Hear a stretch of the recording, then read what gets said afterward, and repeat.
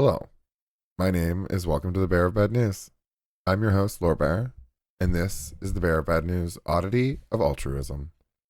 This is a new monthly segment covering one person that has spent a large amount of time or energy trying to create a better world and create good news. Our first feature is on the late Diana, Princess of Wales, with a combination of segments covering my personal relationship to her and her impact, as well as articles about her that cover her various life's work.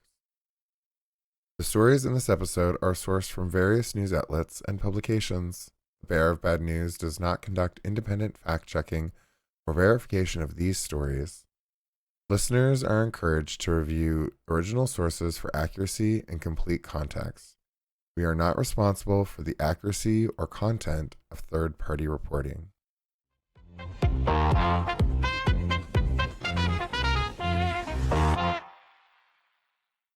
Diana, a timeline.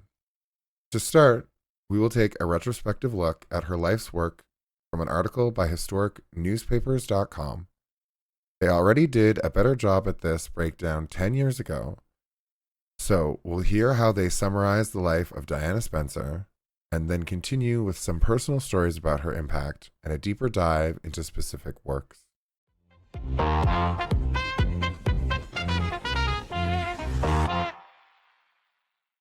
From historicnewspapers.com, Princess Diana Charity Work. Diana Frances Spencer was born in 1961 in Sandringham, England. Daughter of John Spencer, Viscount Althorpe, and Frances Shand Kidd, Diana belonged to a family of British nobility. In 1975, her father inherited the title of Earl Spencer, and from that moment she was known as Lady Diana Spencer. First homeschooled under her governess Gertrude Allen, Diana began her formal education in England and also attended finishing school in Switzerland. She went on to become a preschool assistant and nursery teacher's assistant up until her marriage to Charles Windsor, Prince of Wales, in 1981.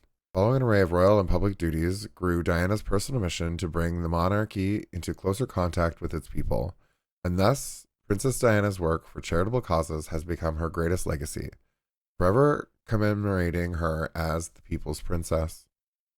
Diana, Princess of Wales, was the patron and president of multiple charities throughout her life, in which many of the organizations focused on AIDS awareness and prevention, banning the use of landmines, and battling poverty and homelessness, various cancer trusts, leprosy, as well as opening up the stigma surrounding mental illness, AIDS and HIV charities.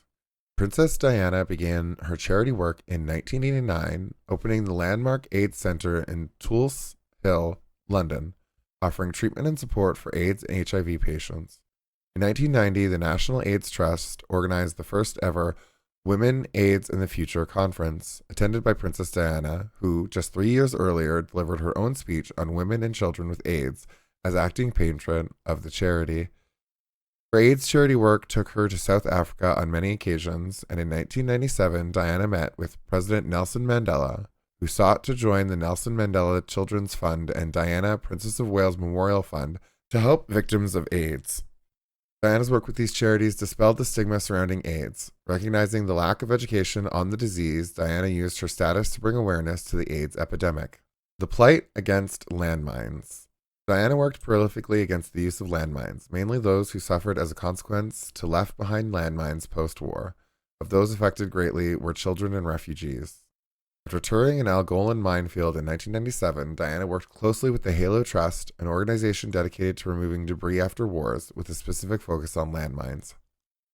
Her son, Prince Harry, became a patron for Halo's 25th anniversary in 2013, continuing Diana's work to remove landmines out of the ground for good. Following her visit to South Africa in 1997, Diana presented a speech in support of the American Red Cross Lineman's campaign at the Royal Geographical Society in Washington, D.C. Her work and passion for the cause were incremental to the International Anti-Personal Mine Ban Treaty, the Ottawa Convention to remove landmines throughout the world, homelessness and poverty. In 1992, Diana became a patron to Centrepoint, a charity that provides housing and support for young people across the UK. She was passionate about her mission to give homeless adolescents a future and bring about an end to youth homelessness, poverty, and raise awareness of mental health. The death of Princess Diana did not end her work with the charity. Prince William, the Duke of Cambridge, took on a patronage with Centrepoint in 2005, actively working and taking an interest in a special way, connecting with people from all backgrounds. Sharing their mother's beliefs and philanthropic attitude, Prince William and Prince Harry have both visited the charity since childhood, attending many private visits with the young people who were in turn touched by their genuine feelings towards them. The Leprosy Mission. Much like the epidemic of AIDS, Princess Diana brought the plight of the leprosy-affected people to the world's attention, visiting and making physical contact with those affected with the disease. In her actions, Diana dispelled the myth that leprosy could be contracted by touch. And in 1990, prior to a visit to Indonesia, Lady Diana became a patron of the Leprosy Mission. As an organization, the Leprosy Mission aims to provide medicine, treatment, and support individuals and their families affected by the disease. Diana was an active member of the organization who visited several charities all over the world, from Nigeria, Nepal, India, and Zimbabwe. Belonging to multiple charities at this time, the Princess of Wales sought to dedicate herself fully to chosen charities with great need. Diana reduced her patronage of more than 100 charities, the Leprosy Mission being the only international development charity she maintained until her death. Cancer trusts. Working with the Royal Marsden NHS Foundation as a spokesperson and patron, Diana also became the hospital's president in 1989. She opened the Wolfson Children's Cancer Unit in 1993 at the hospital and represented the Royal Marsden in 1996 for a fundraising event, raising more than $1 million for cancer research. The Duke of Cambridge became acting president of the Royal Marsden Hospital in 2007, a cause close to his mother's heart. Prince William has aimed to consecutively visit the hospital and visit patients to the present day. In 2008, Prince William opened the endoscopy unit, pivotal to the detection of GI cancers. The Duke and Duchess of Cambridge together opened the Oak Center for Children and Young People in Sutton in 2011 and have since contributed a momentous amount to the trust. During Lady Diana's lifetime, Diana was a member and patron of more than 100 charities, many of which are now supported by her two sons, Prince William and Prince Harry. They strive to continue her humanitarian legacy, spreading awareness and giving a voice to those in need. The Diana Award. The Diana Award is a charity legacy to Diana, Princess of Wales' belief that young people have the power to change the world. They are proud to have the enthusiastic support of HRH Prince William and HRH Prince Harry and their team at the Royal Charities Forum of the Duke and Duchess of Cambridge and Prince Harry. Their mission is to foster, develop, and inspire positive change in the lives of young people. Princess Diana's charity work timeline. Princess Diana's social work and humanitarian efforts in Britain and overseas earned the respect and adoration of people all over the world. Her humanitarian legacy is carried on by her sons, who continue to support the charities that their mother founded or patroned. The brief timeline shows her charitable efforts in chronological order. Through her life, she supported and gave her voice to people struggling with AIDS, leprosy, cancer, illnesses, and homelessness. Her patronage and involvement with many charities helped the lives of people all around the world and found Diana a special place in the hearts of the public. This timeline of events linked to Diana's charity work shows the princess's efforts in chronological order. 1987, Diana begins her work for charitable causes, opens Landmark AIDS Center in London, and shakes hands with patient with AIDS. So I think that was a typo earlier when they said 1989 originally, so apologies for that. 1990, Diana becomes patron of the Leprosy Mission. 1992, Diana becomes patron of Centrepoint, charity providing support and housing for young people in the UK. 1993, Diana opens Children's Cancer Unit at Royal Marsden Hospital. 1993, Diana delivers speech on women and children with AIDS on behalf of the National AIDS Trust. 1996, Diana represents the Royal Marsden Hospital in fundraiser event, which raised over £1 million. 1997, Diana tours an Angolan minefield, begins working closely with Halo Trust, advocating a worldwide ban on landmines. 1997, Princess Diana Memorial Fund is founded after her death to continue her humanitarian work. Okay.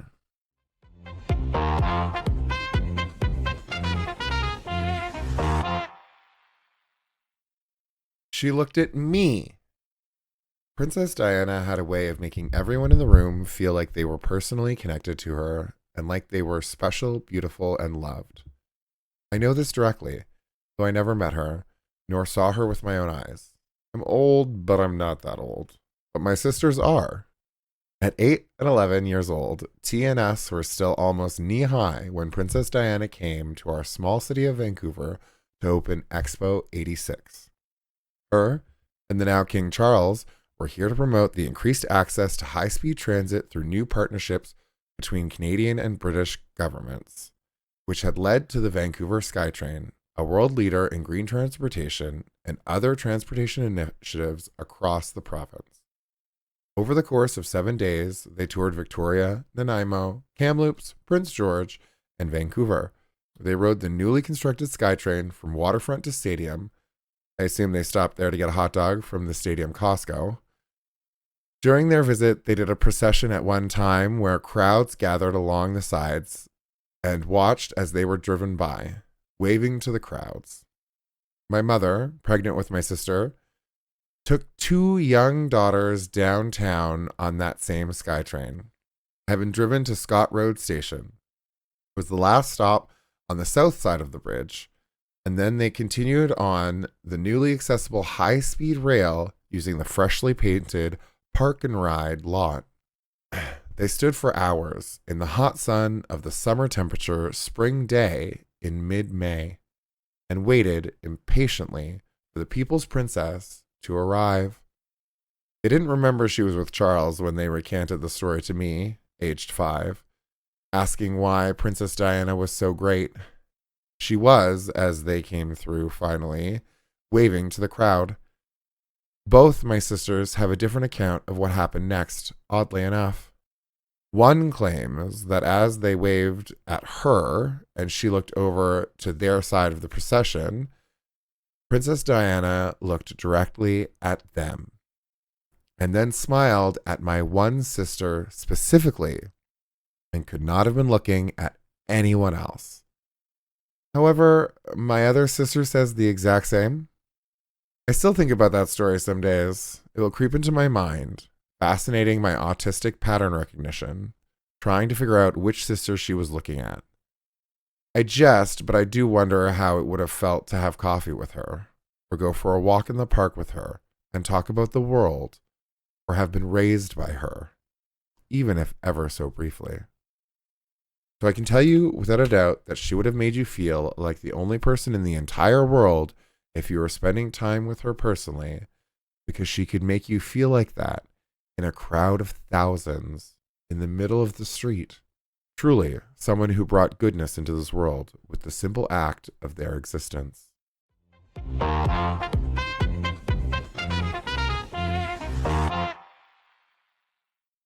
From stillathing.org, Princess Diana, the transformative power of kindness. It's hard to imagine an adult life less ordinary than that of Diana, Princess of Wales. Global recognition, beauty, style, scrutiny, wealth, enigma, royalty. A queen in the wings. And the explosive, all-consuming fame that made it impossible to miss wherever you went. Diana, who died 27 years ago this month, possessed another quality that has slowly become her most admired, her capacity to simply care and to use her fame to make others care too. People with leprosy endured near complete ostracism, far worse than it is today. Villages, communities, families, even parents would abandon children out of misplaced fear that touch would cause contagion. In the wake of such fear, injustice, discrimination, and breaches of human rights followed. Discriminatory laws formalized and condoned much of it and made mistreatment very difficult to address. The medical community, though fully understanding the causes of the disease themselves, could not get the message through to people quickly enough or clearly enough. Leprosy is curable. Treating it early can mean a life less likely of leprosy-caused disability. Leprosy can be made non-contagious. Touch alone does not spread it. You do not need to abandon, shun, or reject people with leprosy when they need you most. What the Princess of Wales realized ingeniously was that the fame that she found so isolating could be used to restore community and relationships to some of the most isolated people in the world. Her empathy, born out of her own pain, drove her forward. Over 7 years, Diana dedicated herself to the cause. She became a patron of the leprosy mission. She learned about the disease and its impacts. She worked with experts to identify how everyday people could reduce sufferers' pain and isolation. Then she modeled those behaviors herself in front of the world's cameras. Dr. Ruth Boutland was a doctor in the Anandaban Hospital, which Diana famously visited in Nepal. She described the power of Diana's kindness and simple gestures of respect. What was so noticeable was how unafraid she was. She showed no fear or revulsion when speaking to the patients. She held their hands and sat on their beds and asked questions. The patients valued her visit so much. They couldn't believe that a foreign princess came to see them. At the time of her visit, there was a highly respected monarchy in Nepal, and we couldn't have imagined that any one of them would have made the same visit. She came across as a very genuine person, and she knew that she could help so many charities to get more attention by visiting them because whatever she did attracted attention. What Diana did went far beyond this, however. Seeing Diana with the patients was inspirational. She modeled how to treat leprosy patients in a kind and accepting way. She brought them out of the shadows and into the limelight with her demonstrating kindness and acceptance. I was encouraged by her visit, as were all the staff. Diana's insight that an extraordinary public figure could model the simple game-changing actions ordinary people could pick up proved exceptionally powerful. Every one of us can make a difference simply by caring and choosing to show that we care for others in the ways that matter most, says Dr. Greg Clark of the Leprosy Mission Australia. And for people with leprosy, especially children and those who are elderly, disabled, or experiencing homelessness, your care is priceless. Knowing someone cares is priceless. As we work towards zero leprosy by 2035, all of us can do our part to check our attitudes, promote helpful behaviors, and push for legislative reform. Author and pastor Carrie Lloyd described how during a visit to see Mother Teresa, Diana decided to visit a local rehabilitation hospital run by the Leprosy Mission Trust India. Tabloids caught wind of the plan and highlighted the problem by running headlines like, "Don't do it, die." Holy, wait a second. I stalled out. Don't do it, die. Don't do it, die. It's my new favorite expression. When she visited the next day, Diana, gloveless, held patients' hands, touched their faces, and allowed the paparazzi to capture it all. As Carrie Lloyd told the Storia podcast, that blew the stigma off around the world. Carrie's father, the late Tony Lloyd, was CEO of the Leprosy Mission England and Wales at the time. As he said when he called Kensington Palace, "What she's done in 5 minutes, we've been trying to do for 120 years. Veil, Princess Diana, and thank you."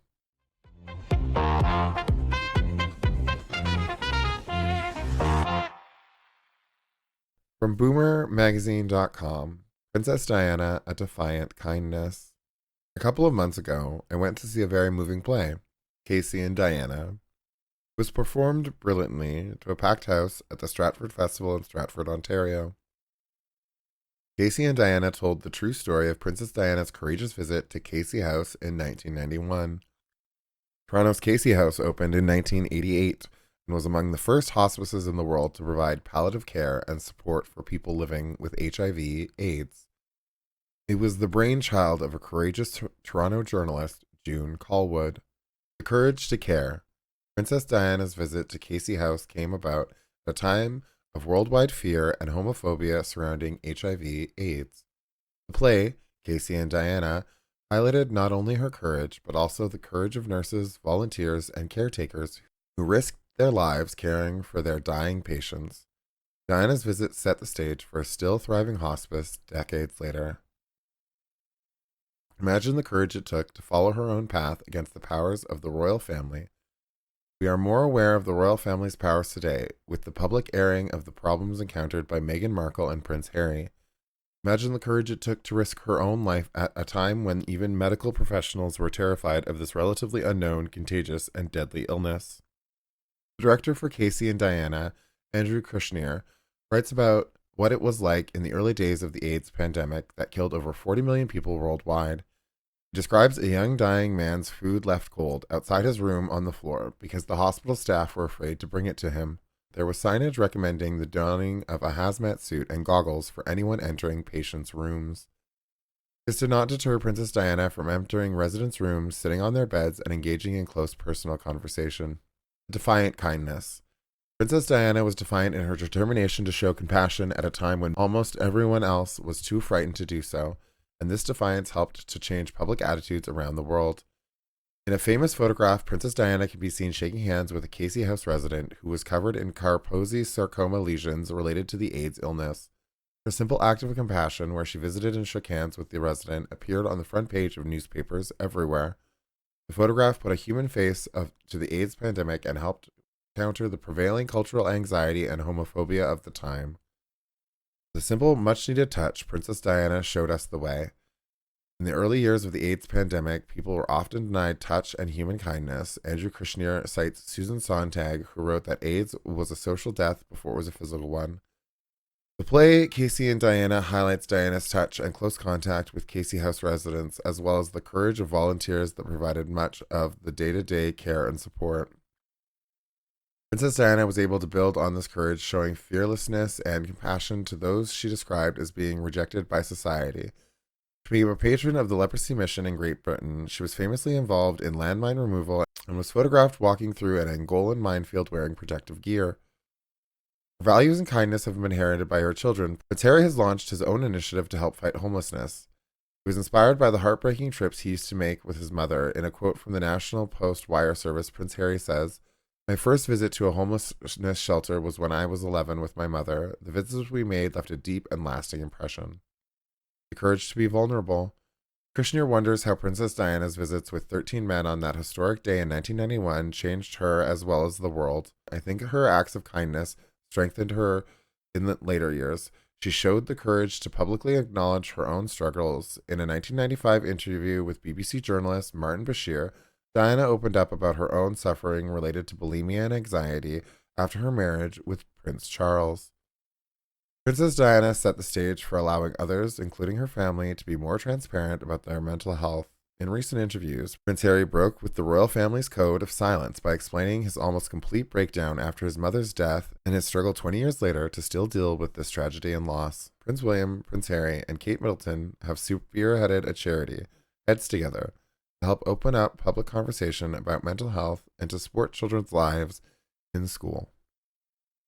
Roisin Kelly, in Parade 2017, offered a fitting quote from Princess Diana. "Two things stand like a stone: kindness in another's troubles and courage in your own." Kindness is serious business. It is fashionable in some circles to downplay the benefits of compassion and kindness. These actions and values have traditionally been seen as a form of weakness in a society that values a tough guy approach. Phil Lewis in Forbes argued that this is a mistake and that training in kindness is a pillar of business and effective leadership. In fact, two of his main leadership pillars are compassion and courage. Essentially, this means being considerate and responsive to the needs of others. As Lewis argued, this reflects the truth of kindness as a value that is hard-edged, practical, and supportive. Kindness should never be mistaken for weakness. Businesses today that don't embrace this attitude through their actions risk alienation from their customers. Princess Diana was serious about her work of kindness and compassion. She was willing to take on the royal family and risk her own safety over and over again in the face of a deadly disease. In fact, she was doing that at a time when even doctors and nurses were too afraid to care for patients with HIV/AIDS without being fully gowned and gloved. Diana visited such patients with intimacy, kindness, and touch, and no protective gear. A lot has been written about Princess Diana. We could all use a little more. Many years later, Princess Diana still leads by example, the best kind of leadership.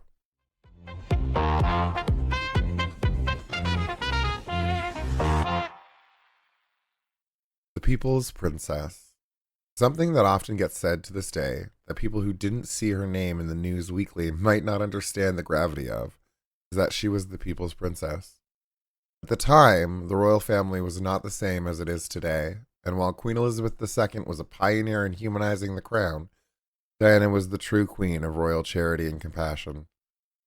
She was a simple schoolteacher at heart who was thrust into the spotlight, but she handled every challenge put forward to her with dignity and grace, to the point that Queen Elizabeth II was said to have worn white to the marriage of Charles and Camilla in a move to keep Camilla from being allowed to wear it, as you cannot wear the same color as the Queen, reminding the world that Diana came first.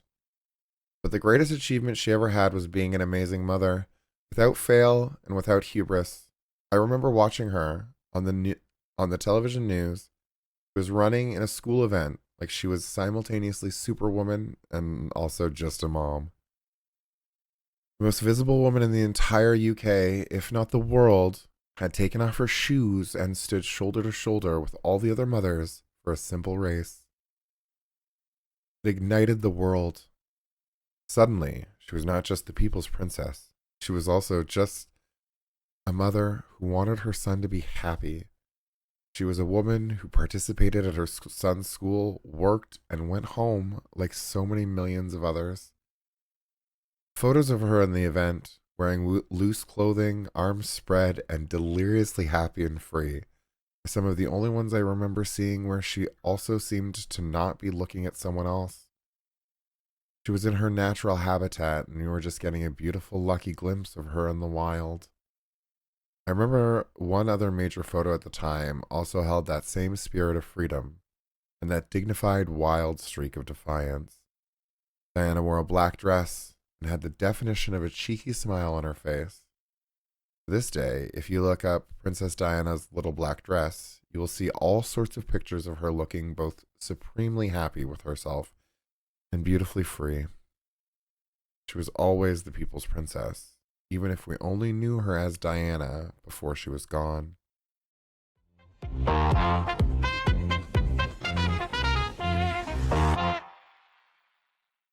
The moment Princess Diana went barefoot at Prince Harry's sports day that's still breaking the internet 35 years on. HelloMagazine.com. The late royal broke royal protocol in 1991 when she ditched her shoes and raced alongside other mothers at her son's school's sports day.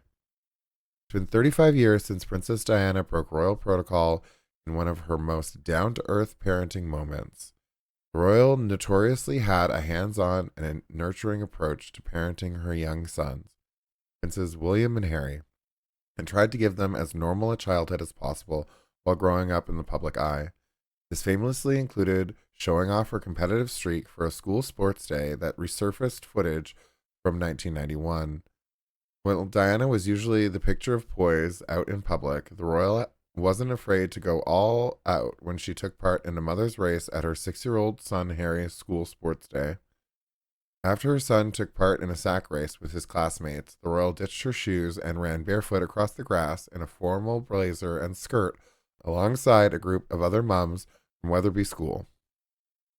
Diana was beaming as she crossed the finish line, coming in a very close and well-earned second place. In that moment, the Princess of Wales was a school mum first and royal second. 35 years later, the unearthed video is still beloved by royal fans, with one person on Twitter commenting under a recent post of the resurfaced clip that it was proof of the power of just showing up for your kids, royals or not. She ran like every other mom who just wants to show up for her kid. Another commended the late royal, while others praised the moment as impressive.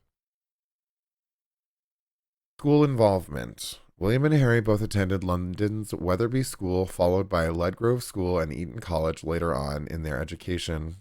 Diana previously competed in the mother's race at her son's pre-preparatory school in 1989 and 1990.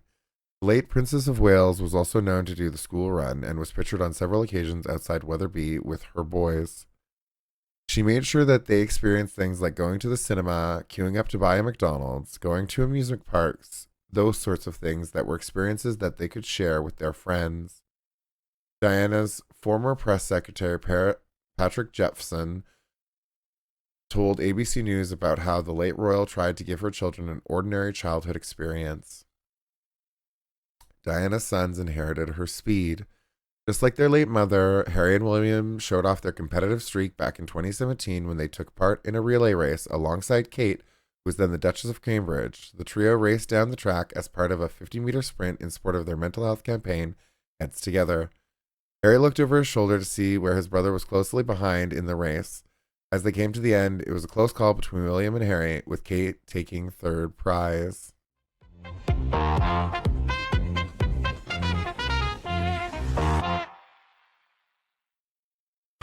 A royal activist. That element of humanity extended to her royal work and her charitable endeavors. She had an amazing capacity for kindness, a grace that rivaled world leaders with years more experience, and legions of support, writers, or just better resources. She threw money at charities that needed it, like offering water to a guest, and smiled when saying a soft quip about it being her duty as one of the privileged. She stared down the idea that the world was made up of stratified levels of humanity, being the very first royal to willingly touch someone with AIDS, and pushing for people with leprosy and other diseases to be treated with dignity and respect. She championed people who were less fortunate and defied the prevailing notion that celebrities and those in positions of influence should be agnostic. Years later, Angelina Jolie would work with the UN publicly because of the groundbreaking work that Diana pioneered.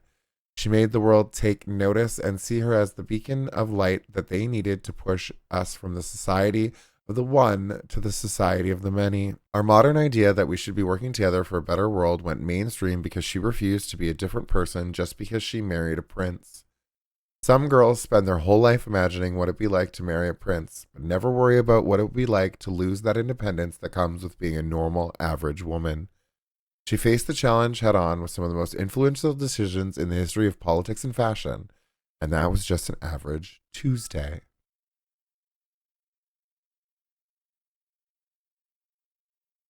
From redcross.org.uk, Memories of Princess Diana and the British Red Cross. From discussing beans on toast to campaigning against landmines, Princess Diana was one of our most dedicated supporters. Throughout her life, Princess Diana was a dedicated humanitarian who championed causes in the UK and overseas. On what would have been her 60th birthday, the 1st of July 2021, we look back on her journey with the Red Cross. Princess Diana was always committed to using her public profile to bring about positive change. A firm believer in the power of young people, she became patron of the Red Cross Youth in 1983. She gave her an increasingly visible role with the British Red Cross. That other article also missed this, which would probably be the start of her charity work in 1983. I did not write any of the articles it says at the beginning of the thing. Not my fault, man. Not my circus. This is not my monkeys. Not my circus. Not my monkeys. All right. I would just read the shit. All right, guys. I didn't do it. It's not me. Okay. Don't get mad at me. Diana was a real person. In July 1985, Diana visited Activenture, a Red Cross adventure camp for children with disabilities at Hindley Warren in East Sussex. Barbara Summerfield, now in her 80s, and from Saltine, was a youth officer at the time and has fond memories of Diana's visit. What went down well, more than anything else, was that Diana was a real person the children could talk to, said Barbara. They were very excited about her visit. I don't think they got much sleep the night before. She watched them do their abseiling and other activities. They loved showing her what they could do. Some had serious disabilities, and Diana was interested in their medical conditions. The children made 2 lovely birdhouses for Diana to give William and Harry, but they didn't finish them in time. When they gave them to Diana, she said, "Don't worry. They, William and Harry, will finish them off." Barbara, who's currently British Red Cross Vice President in Sussex, added, "I thought Diana had a lovely, calming manner, soothing.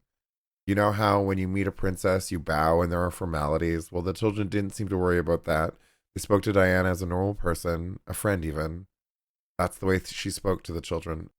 Eileen Nichol has been involved with the British Red Cross for over 50 years and was chairman at Activenture when Princess Diana came to visit. Her impact was worldwide, Eileen said. She's known in every country for her compassion, her smile, and her love of children. We were so fortunate to have her involved in our work before she sadly passed away.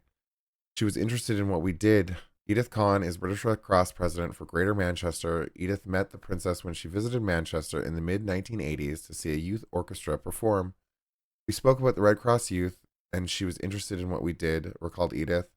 Then we just chatted about everyday things. The funny thing about it was I said to her, "What happens when you go home? Do you go to another engagement?" She said, "Oh no, I'm going home to have beans on toast and I'm going to watch EastEnders." That has always stuck in my mind. It was a privilege to meet her. When she spoke to you, she looked directly at you, continued Edith. You felt as though she was really very interested in what you did and what you had to say. She was lovely. I think I'm very lucky to have met her, and to think back that we chatted about beans on toast. It was a real privilege to have met her, and this should be a time to celebrate her life. In 1993, Diana became a vice president of the British Red Cross, and 2 years later, she became patron of our 125th birthday appeal. Edith wrote to the palace again at that time, asking for a photo to put in a Red Cross brochure promoting the annual charity ball. She received a personal and heartwarming letter back. The princess resigned her positions with the British Red Cross in July 1996, but continued to engage with the organization until shortly before her death. Princess Diana in Angola.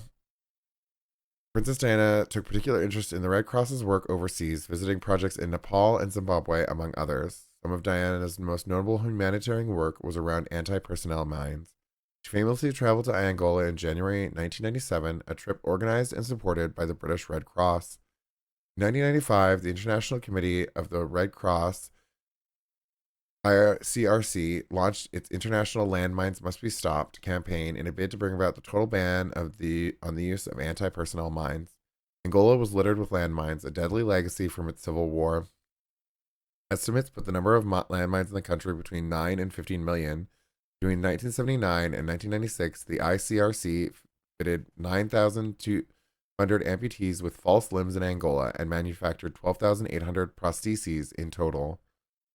A lasting impact. During her time in Angola, Princess Diana visited active minefields, met local survivors of landmine violence, and spoke in favor of a ban on anti-personnel mines. After her visit, she wrote a letter to the British Red Cross saying, "If my visit has contributed in any way at all in highlighting this terrible issue, then my deepest wish will have been fulfilled." Diana's visit to Angola brought unprecedented attention to the landmine issue and sparked international discussion. The Ottawa Treaty, which placed a ban on anti-personnel mines, was signed by 122 countries in December 1997, less than a year after Diana's Angola visit and a few months after her death. Today, 162 UN member states are parties to the treaty. Dr. Helen Durham, Director of International Law and Policy at the ICRC, believes Diana's visit to Angola highlighted the problems of using anti-personnel landmines to a broader audience. The glamour and global appeal of Princess Diana added another layer to the voices of lawyers, humanitarian workers, and medical staff who are raising their concerns about weapons that cannot distinguish between children and combatants, said Durham. The treaty, also known as the Mine Ban Convention, has undoubtedly saved lives. 20 years ago, the ICRC estimated that anti-personnel landmines maimed or killed 20,000 people every year. In 2019, that number had dropped to 5,554 casualties, according to Landmine Monitor, a report on the UN Office of the Coordinator of Human Affairs. However, due to conflicts in Afghanistan, Colombia, Iraq, Mali, Nigeria, Ukraine, and Yemen, that figure was still 60% higher than in 2013, the year with the fewest casualties. Durham added, "It is wonderful to see the progress today, but we sadly still have a long way to go to ensure that these weapons stop destroying the lives and livelihoods of thousands. Applying to the Ottawa Treaty is the first step."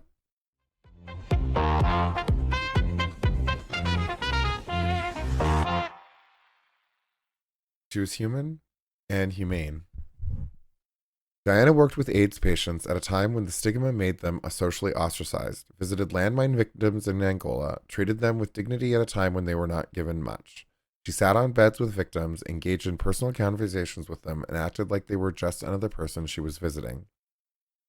It was a simple but powerful act of kindness, and extended to her auctioning off personal items for charity, working tirelessly for the betterment of others, and probably due to her own personal struggles, which she willingly shared with the world. She was the definition of humble and a primary force for good in the world, the proof of which is in so many different places and resonates with people around the world to this day. The biggest beacon of that same hope is in her legacy as it continues through her children. Catherine O'Hara, a similar beacon of light in the world we no longer have, was asked once what she most wanted to be remembered as, of all her roles. She responded, "As my greatest role, as a mother." Princess Diana was above all things a mother trying to do her best for her children. A role she did so well, we remember it to this day.